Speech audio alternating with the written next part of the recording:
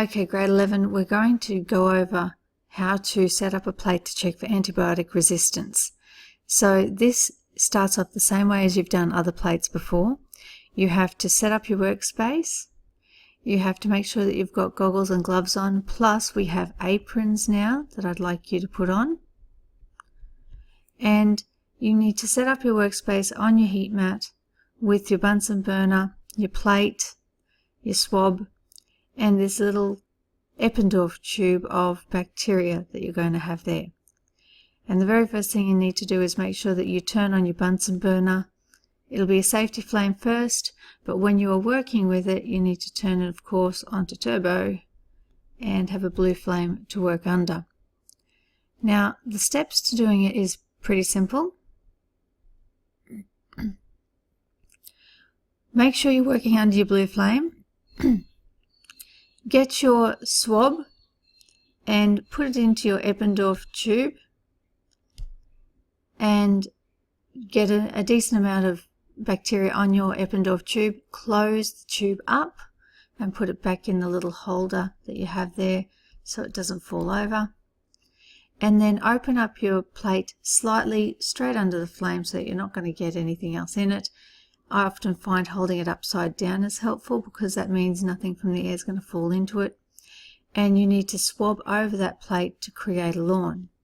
Now when you create a lawn, remember, you've got to go straight over your plate, turn it on an angle like 90 degrees and go over it again so that you get a pretty even lawn across your entire plate of that bacteria. And once you've got a good lawn over that plate, pop it down on its lid so that it's upside down.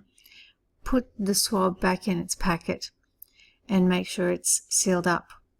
Now make sure on the bottom of your plate that you have your name, the name of the bacteria, the date, and you sign it. Remember, please label around the edge of your plate, not over the middle of your plate, because we want to be able to see the growth of the bacteria. You need to repeat that with the rest of the plates you have so that you have all of those plates inoculated. Don't seal the plates yet because we now have to add on some bacterial rings. So onto this plate here, you're going to be doing this with half of your plates because the other half we're going to be testing with some natural antibiotics next lesson. Half of the plates you're going to let little rings, and they sort of look like this.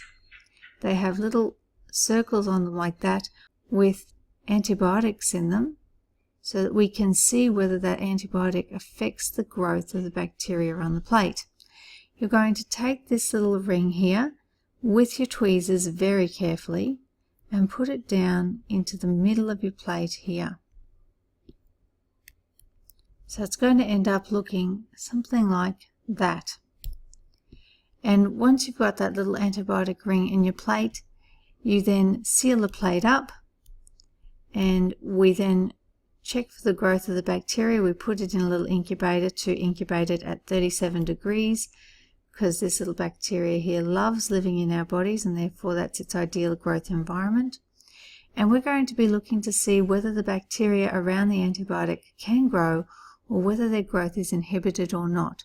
And the greater the inhibition, the better that antibiotic is working, because that antibiotic in that little circle there will diffuse into the agar as it sits there, and if the bacteria don't like it, they won't grow in that area.